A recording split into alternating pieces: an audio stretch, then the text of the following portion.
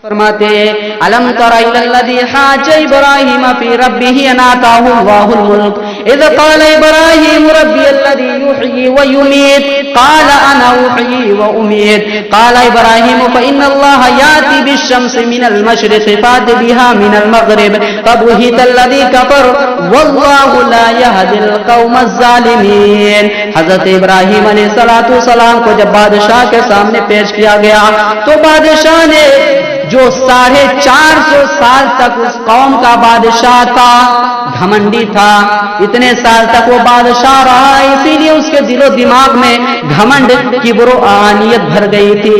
اس بادشاہ نے کہا ابراہیم علیہ السلام سے پوچھا اپنے معبود کے بارے میں بتاؤ، کون ہے تمہارا خالق؟ تو حضرت ابراہیم علیہ السلام نے جواب دیا ربی الذی یحیی و امیت، میرا رب وہ ہے جو جلاتا ہے اور مارتا ہے، میرے رب کے اختیار میں یہ ہے کہ وہ لوگوں کو جلاتا بھی ہے اور مارتا بھی ہے، پیدا کرتا ہے اور موت بھی دیتا ہے، کیا تم ایسا کر سکتے ہو؟ تو بادشاہ نے کہا 2 قیدیوں کو بلایا اور جس قیدی کو پھانسی کی سزا دی گئی تھی اسے چھوڑ دیا اور جسے رہا کرنے کا فیصلہ دیا گیا تھا اسے مار ڈالا اور کہا ابراہیم دیکھو میں بھی موت دے سکتا ہوں، میں بھی زندگی دے سکتا ہوں، میرے ہاتھ میں بھی یہ ہے۔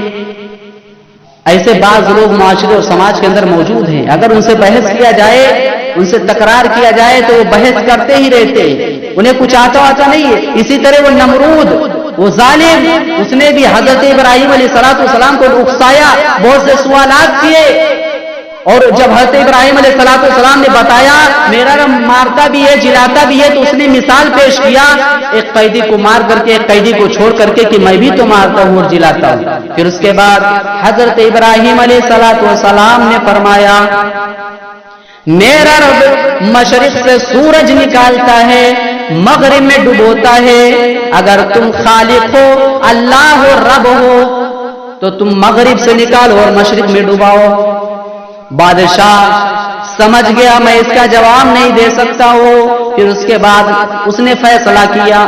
اب دیکھیے جب بات صحیح طریقے سے جواب دینے کی آئی، یعنی اس کی سچائی جب کھلنے لگی، اس کا پول کھلنے لگا، تو وہ قوم کے سامنے، وہ قوم کو کہتا تھا کہ میں تمہارا خدا ہوں، تو قوم کے سامنے اس کی ذلت و رسوائی نہ ہو، اسی لیے اس نے حضرت ابراہیم علیہ السلام کے باتوں کو ٹھکرا دیا اور اس نے فیصلہ کیا کہ ابراہیم کو بہت زیادہ بھڑکا کر کے آگ، بہت زیادہ سلگا کر کے اس آگ کو اسی آگ میں ڈال دیا جائے۔ اور تاریخ کی کتابوں میں آتا ہے کہ حضرت ابراہیم علیہ السلام کو جس آگ میں ڈالا جانا تھا اس آگ کو 1 مہینے تک گرمایا گیا تھا، اس کے شعلے اس قدر بھڑک رہے تھے کہ اگر آگ کے اوپر سے آتا ہے، ابن کثیر رحمہ اللہ علیہ لکھتے ہیں کہ اگر آگ کے اوپر سے کوئی پرندہ گزرے تو وہ پرندہ بھی راکھ ہو جائے، اتنا بھیانک آگ تھا۔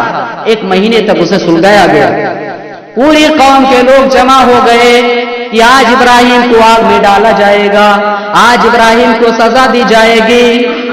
پوری قوم کے لوگ جمع ہو گئے اور ایک ٹیلے پر بیٹھ کر نمرود بھی یہ منظر دیکھ رہا ہے۔ حضرت ابراہیم علیہ السلام کو آگ میں پھینکا گیا، ابراہیم کے زبان پر، ان کے لبوں پر مسکراہٹ ہے۔ لوگوں نے دیکھا ابراہیم کو اتنی بھیانک آگ میں ڈالا جا رہا ہے لیکن پھر بھی ابراہیم مسکرا رہا ہے، مسکرا رہا ہے، اس کے لبوں پر مسکراہٹ ہے، ڈر نہیں ہے، خوف نہیں ہے۔ حضرت ابراہیم علیہ السلام نے اللہ کو پکارا، او لوگوں اگر آگ میں پھینکا جائے تو دیکھیے ابراہیم نے کس قدر اللہ کو پکارا اور اللہ نے کیسے مدد کی۔ کہا حسبنا اللہ ونعم الوکیل ونعم المولا ونعم النصیر۔ اللہ رب العالمین نے حضرت ابراہیم علیہ السلام کی دعا سنی تو کہا قلنا یا نار کونی بردا وسلاما علی ابراہیم، اے آگ تو ابراہیم کے لیے سلامتی والی ہو جا، ابراہیم کے لیے سلامتی والی ہو جا۔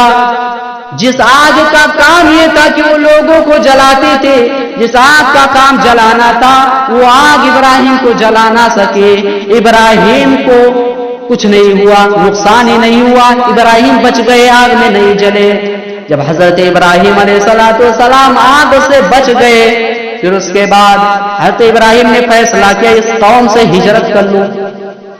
ان تمام واقعات سے ہمیں کیا پتہ چلتا ہے؟ توحید کی دعوت دے رہے ہیں قوم کو، باپ بھی مخالفت کر رہا ہے، پوری قوم کے لوگ بھی مخالفت کر رہے ہیں۔ ان سارے واقعات سے ہمیں کیا سبق ملتا ہے؟ اللہ نے کیوں کہا قد كانت لكم اسوة حسنة في ابراہیم والذین معه؟ اللہ نے کیوں کہا کہ حضرت ابراہیم کی زندگی اور ان کے ساتھیوں کی زندگی تمہارے لیے اسوہ حسنہ ہے؟ حضرت ابراہیم علیہ السلام کی پوری قوم کے لوگ مخالفت کر رہے ہیں، لیکن حضرت ابراہیم علیہ السلام کے دل میں کس کا ڈر تھا؟ صرف اللہ کا ڈر، صرف اللہ کا خوف۔ اور مسلمانوں، اگر ہمارے دل میں اللہ کا خوف ہے، ہمارے دل میں اللہ کا تقوی ہے، تو اللہ کی قسم کسی کا ڈر ہمارے دل میں نہیں گھس سکتا۔ حضرت ابراہیم علیہ السلام کے زندگی سے ہمیں یہ سبق ملتا ہے۔ اگر ایک گلاس پانی لایا جائے، ایک گلاس خالی لایا جائے اور اس میں پورا پانی بھر دیا جائے اور پھر اس کے بعد اس گلاس میں اور پانی ڈالا جائے تو کیا اس گلاس میں پانی آئے گا؟ یعنی بھرا ہوا گلاس، اس گلاس میں ہم پانی اور ڈال سکتے نہیں۔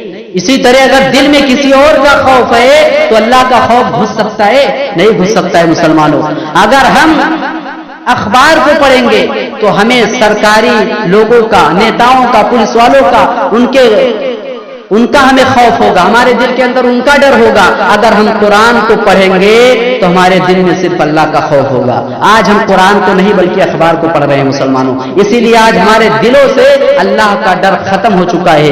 حضرت ابراہیم علیہ السلام کے دل میں صرف اللہ کا